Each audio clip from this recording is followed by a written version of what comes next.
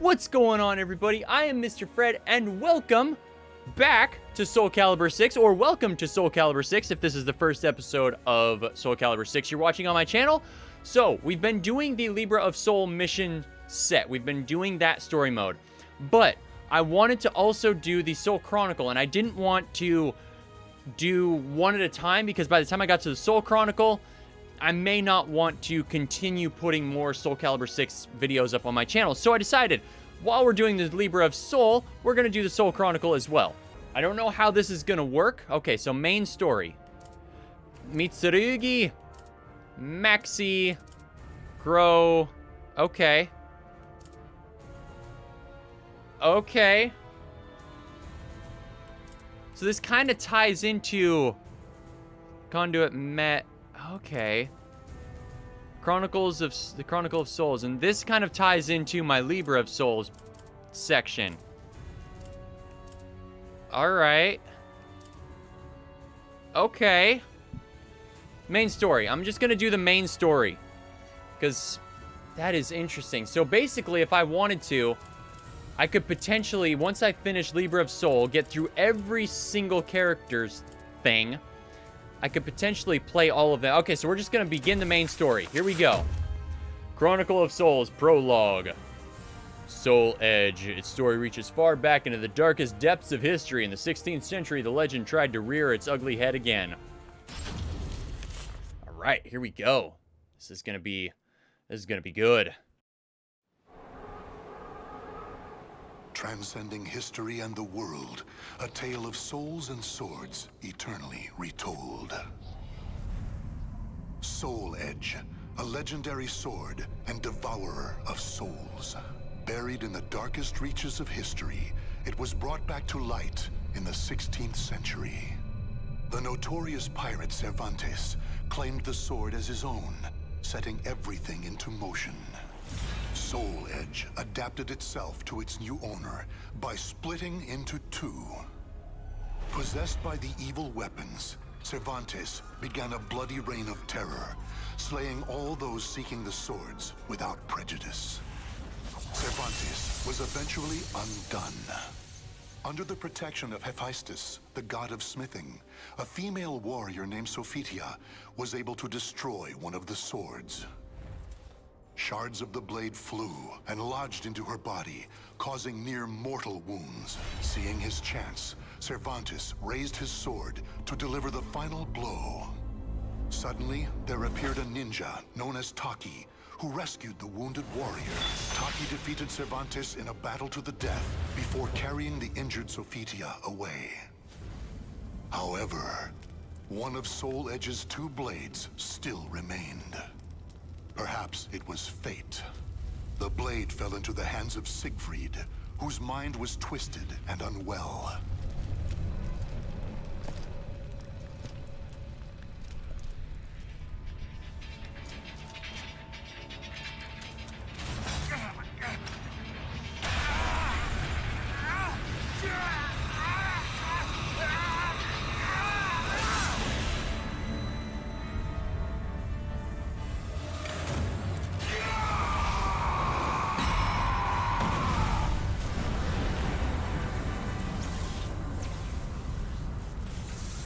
A pillar of light pierced the heavens, the product of rampant evil, the evil seed. No one could have predicted it would become a catalyst for catastrophe across the world. Our story takes place in the 16th century. Holy crap! Okay. Chronicles of Souls 2. The Ling Shang-Su Tragedy. When the evil seed emanated from the cursed blade, one fateful day in Spain, it released a white light that burst forth, affecting lands far and wide, even as far afield as Ling Shang-Su. Holy crap. That was amazing. A tragedy befell this place. Ling Shang-Su Temple was a famous martial arts school in the far reaches of China. It was there Kilik learned to master the staff after he was abandoned as a child. Kilik ate and slept with the other students and began his training at a young age.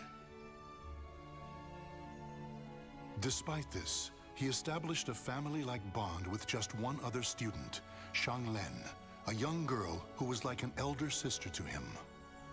Dedicated to the way of the sword, she looked after Kilik as if they were siblings. So close was their bond that when one felt happy or sad, the other would feel the same. Together they studied and grew as warriors.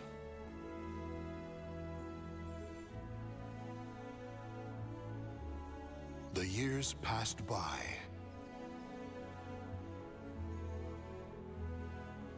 Kilik's skill earned him a place as a teacher, an honorable position for one so young. Throughout the ages, Ling Shangsu Temple had kept hold of the three sacred treasures, Krita Yuga, Dvapara Yuga, and Kali-yuga. Kilik's years of arduous training earned him the title of rightful bearer of the staff, Kali-yuga. Likewise, Xianglen was also designated bearer of Dvapara Yuga, a sacred mirror.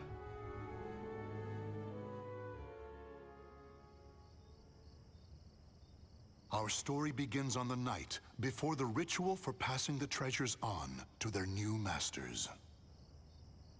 Xianglen, can I ask you something? Sure. How come you were chosen to bear Dvapara Yuga? I thought you'd get Krita Yuga. After all, you've dedicated your life to the sword. Kilik, this is not easy for me to talk about, but I'm going to try. The Krita Yuga, it's no longer at Ling Shangsu. The sword has been gone for more than a decade. All that's left is the Kali-yuga and the Dvapara Yuga. Really? Surprised? Well, there's more. The one who stole the Krita Yuga was none other than my father. That's why I don't have the right to bear it. If I were to accept the sword, everyone would be up in arms. That's why, even though it was offered to me, I decided to decline.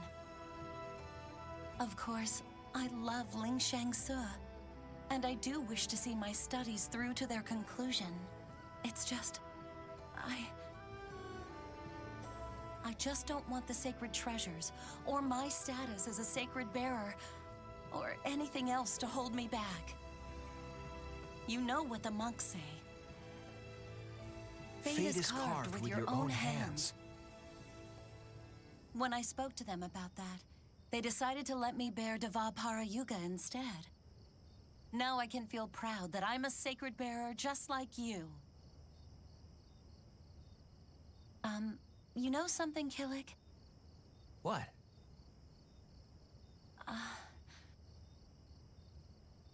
It's okay. Never mind. I'm really looking forward to tomorrow. Me too. And so it was, Kilik and Xianglen were set to attend the official ritual for becoming sacred bearers. But the night before the ritual, a terrible calamity plunged everything into chaos. Drawn by the Kali-yuga in Kilik's hand, the evil seed came to Ling Shangsu Temple. The monks, driven insane by the evil force, began slaying each other, turning the temple into hell on earth. Oh, no. Holy crap, that literally turned. What have I done?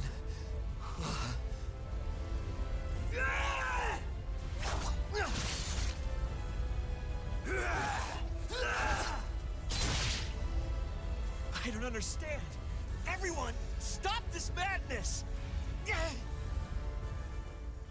What the hell's going on? Do I gotta fight? Do I gotta fight? Do I get to fight now? Finally? Oh yeah, I get to fight. Okay. Holy crap. Mr. Disciple, you need to calm down, sir.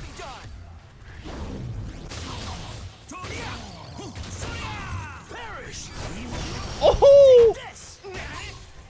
Go to sleep. It's gonna feel good when you go to sleep. Going to sleepies. Okay, okay. Don't. Okay, so I just realized that this guy has the same weapon as me. And a nice kick in the face. And perfect. Perfect. Oh, that was beautiful. Okay, so I've got the Kali-yuga on my shoulders. It's kill or be killed.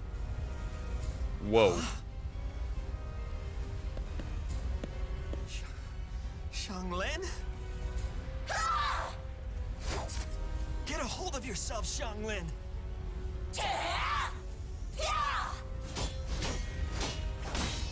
Xianglin. No.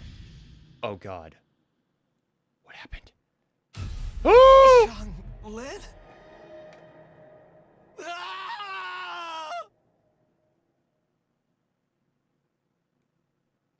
So that's where the scar came from. That's where the... Oh, my sweet Jesus. That's amazing. Okay. Wow. I was not expecting that, like, at all. Holy crap. That came out of absolutely no... So that is the story of how he got that scar. See, I've played Soul Calibur, the first one.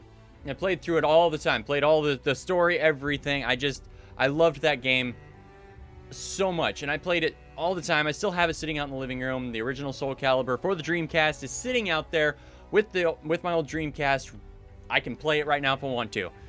But God, the way that they've done this, it's so good, so different. I completely forgot the story of the first one, somewhat. I mean, I remember Siegfried becoming Nightmare, all that kind of stuff, and you were trying to stop him and everything like that.